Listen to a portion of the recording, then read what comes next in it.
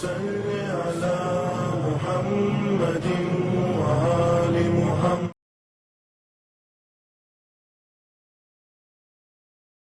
اعوذ باللہ السمیع العلیم من الشیطان اللعین الرجیم. بسم اللہ الرحمن الرحیم. الحمد للہ رب العالمین وبہ نستعین وہو خیر ناصر ومعین وصلی اللہ علی محمد وآلہ الاطیبین الاطہرین. اللہم صل علی محمد وآل محمد وعجل فرجہم. اما بعد فقد قال اللہ تبارک و تعالی فی القرآن الکریم. بسم اللہ الرحمن الرحیم. یا ایہا الذین آمنوا ان جاءکم فاسق بنبأ فتبینوا ان تصیبوا قوما بجہالۃ فتصبحوا علی ما فعلتم نادمین. صدق اللہ العلی العظیم. ناظرین گرامی، السلام علیکم ورحمۃ اللہ وبرکاتہ. ایک مرتبہ پھر ہم آپ حضرات کی خدمت میں حاضر ہیں اپنی گفتگو کے ساتھ، جو سورہ حجرات کے اخلاقی پیغامات کے عنوان سے جاری و ساری ہے. آج جس آیہ کریمہ کی تلاوت کا شرف حاصل کیا ہے وہ سورہ حجرات کی 6 نمبر کی آیت ہے، جس میں خداوند متعال ارشاد فرماتا ہے: اے صاحبان ایمان، اے ایمان والوں، اے مومنین، اگر تمہارے پاس کوئی فاسق کوئی خبر لے کے آئے تو تم پہلے اس خبر کی چھان بین کرو، تحقیق کرو، جستجو کرو. کہیں ایسا نہ ہو ناواقفیت کی صورت میں تم اس پر یقین کر لو اور کسی ایسی قوم تک پہنچ جاؤ اور پھر کوئی اقدام کر لو اور اس اقدام پر پھر بعد میں تمہیں شرمندہ ہونا پڑے. یہ ہے اس آیہ کریمہ کا ظاہری ترجمہ جو ہم نے آپ حضرات کی خدمت میں پیش کیا. اس آیت میں جو لفظ استعمال کیا گیا ہے نبا، نبا کہتے ہیں یعنی خبر. اسی سے بنتا ہے نبی. نبی یعنی خبر رساں، خبر پہنچانے والا، خبر لانے والا. نبی خبر کہاں سے لاتا ہے؟ نبی اللہ کی طرف سے خبر لے کر آتا ہے اور وہ اللہ کے بندوں تک پہنچاتا ہے، اسی لیے اس کو نبی کہا جاتا ہے. جہاں تک خبر کے حوالے سے گفتگو ہے وہ یہ کہ خبر کی 2 قسمیں ہیں. کبھی کبھی خبر واضح اور آشکار ہوتی ہے اور کبھی خبر بعض مقامات پر بعض اوقات خبر مخفی اور پوشیدہ ہوتی ہے. واضح اور آشکار کہاں ہوتی ہے؟ مخفی اور پوشیدہ کہاں ہوتی ہے؟ جب ہمیں اور آپ کو کسی خبر کا پتہ چل جاتا ہے، کسی واقعے کے ہونے کا علم ہو جاتا ہے، تو پھر وہی خبر ہمارے لیے واضح اور آشکار ہو جاتی ہے. مگر بعض اوقات خبر پوشیدہ ہی رہتی ہے، مخفی ہی رہتی ہے. آپ نے دیکھا ہوگا کہ اکثر لوگ حکومت کی تمام تر خبروں سے واقف ہوتے ہیں، لیکن ان لوگوں کے علاوہ کہ جو اخبار سے اور خبروں سے اور نیوز سے زیادہ لگاؤ نہیں رکھتے، زیادہ تعلق نہیں رکھتے، ان کے لیے اخبار مخفی ہی رہتی ہیں.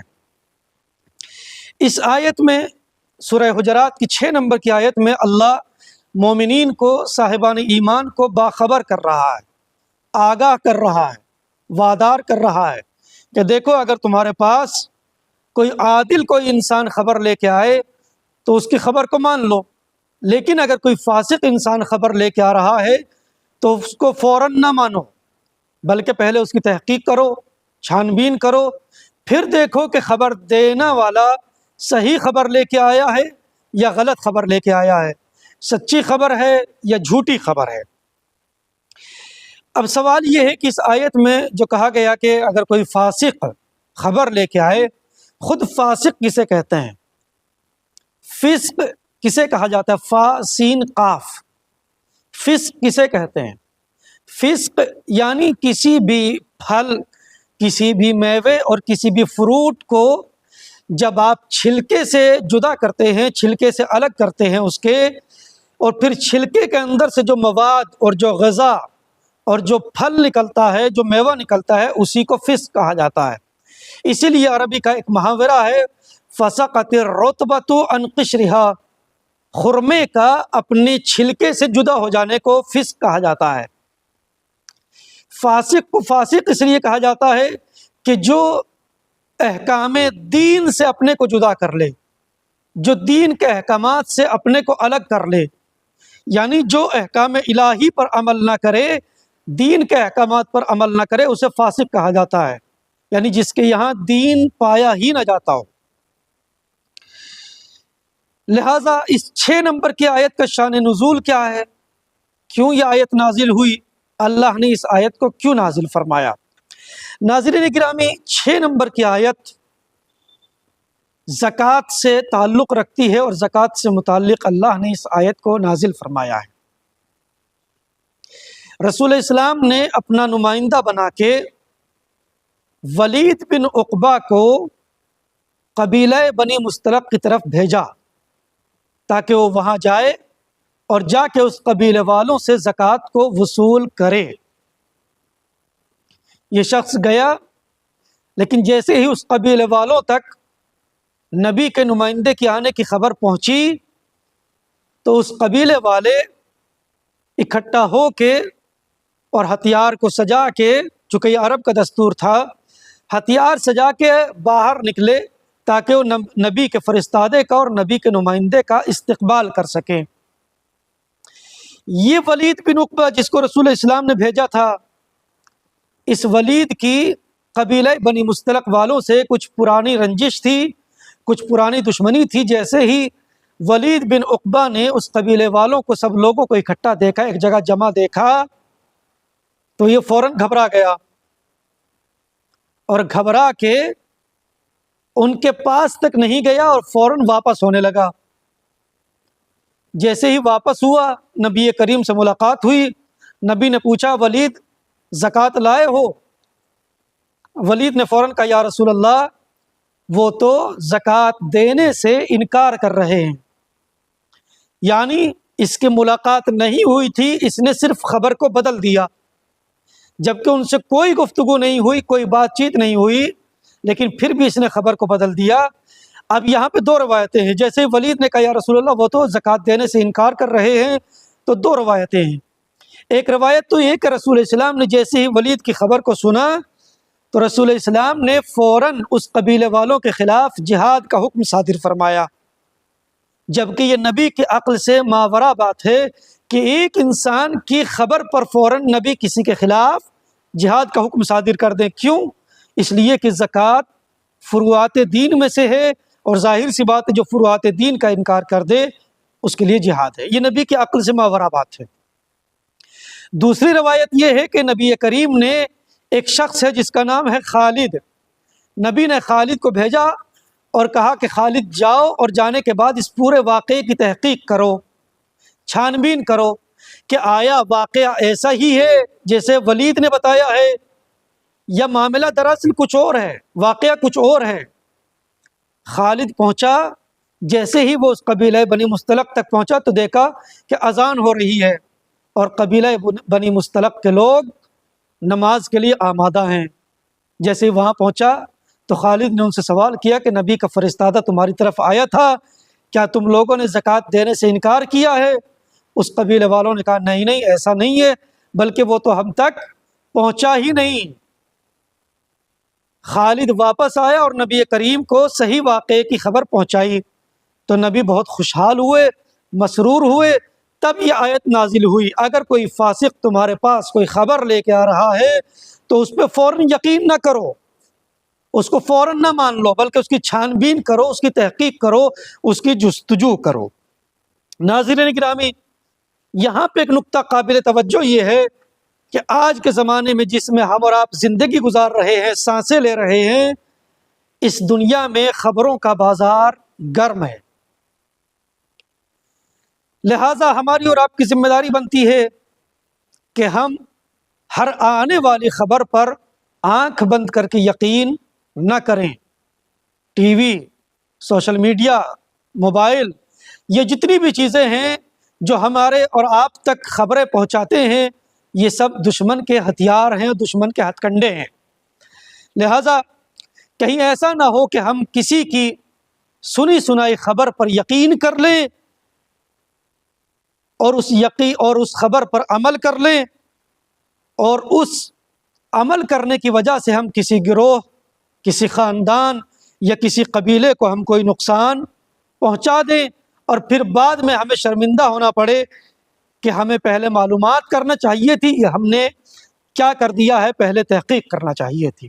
لہٰذا ہر خبر پر آنکھ بند کر کے یقین نہیں کرنا چاہیے، بلکہ پہلے تحقیق کرنا چاہیے، جستجو کرنا چاہیے۔ اس آیت میں اللہ نے ارشاد فرمایا 6 نمبر کی آیت میں کہ پہلے جستجو کرو، تحقیق کرو۔ لیکن اسی سورے کی آپ دیکھیں گے بعد میں وہ آیت آئے گی انشاءاللہ، اسی سورے کی آگے والی آیت میں کہا گیا کہ تمہیں جستجو نہیں کرنی چاہیے، تجسس نہیں کرنا چاہیے، چھان بین نہیں کرنا چاہیے۔ یعنی یہاں 6 نمبر کی آیت میں اللہ کہہ رہا ہے کہ تمہیں جستجو کرنا چاہیے، تجسس کرنا چاہیے، چھان بین کرنا چاہیے۔ لیکن 12 نمبر کی آیت میں اللہ کہتا ہے لا تجسسو، تجسس نہ کرو، جاسوسی نہ کرو، جستجو نہ کرو۔ تو کیا نعوذ باللہ قرآن مجید کی آیات میں تضاد ہے؟ ایک آیت کچھ کہتی ہے، دوسری آیت کچھ کہتی ہے؟ نہیں، ایسا نہیں ہے، بلکہ علماء نے، مفسرین نے اس کا جواب دیا ہے۔ اور ان دونوں آیتوں کا جواب 2 صورتوں میں دیا گیا ہے۔ پہلی صورت یہ ہے، تجسس خود کہتے کسے ہیں؟ تجسس یعنی جاسوسی کرنا، جاسوسی کرنا یعنی کسی کے ٹوہ میں لگنا، ٹوہ میں لگنا یعنی تحقیق کرنا۔ علماء کہتے ہیں کہ اگر کسی بات کا تعلق کسی ایک انسان کی ذات سے ہو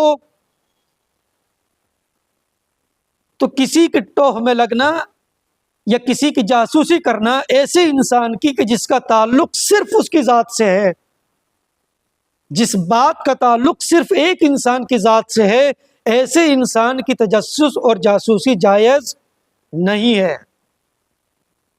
لیکن اگر اسی کے برخلاف اس چیز کا تعلق یا اس بات کا تعلق کسی ایک انسان کی ذات سے نہ ہو بلکہ پورے معاشرے سے ہو، پورے سماج سے ہو، پورے خاندان اور قبیلے سے ہو، تو پھر اس کی تجسس کرنے میں اور جاسوسی کرنے میں کوئی حرج نہیں ہے، ہو سکتا ہے۔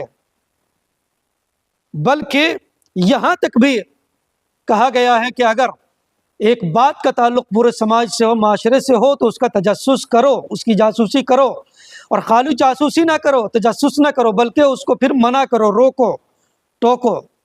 لوگوں کو تجسس اور جاسوسی کا تو شوق ہوتا ہے، لیکن پھر جب بات روکنے اور ٹوکنے کی آتی ہے تو پھر اپنا دامن بچانے لگتے ہیں۔ نہیں، جیسے تجسس کرنا صحیح ہے ویسے ہی اس کو روکنا بھی چاہیے۔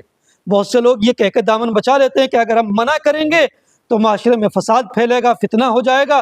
یاد رکھیے ناظرین گرامی، اگر ہم کسی کو روکیں گے برائی سے تو کتنا فساد ہوگا، خالی چیمی گوئیاں ہوں گی، بات چیت ہوگی، لیکن اگر نہیں روکیں گے تو اس سے کہیں زیادہ اور خطرہ ہوگا اور کہیں زیادہ فتنہ اور فساد پھیلے گا۔ اس لیے کہ اگر ہم نہیں روکیں گے تو پورا معاشرہ خراب ہوگا، پورا سماج میں برائیاں عام ہوگی، پورے سماج میں برائیاں پھیل جائیں گی۔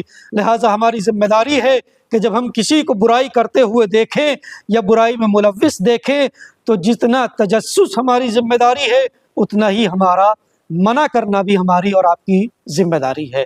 وآخر دعوانا ان الحمد للہ رب العالمین، والسلام علیکم ورحمۃ اللہ وبرکاتہ۔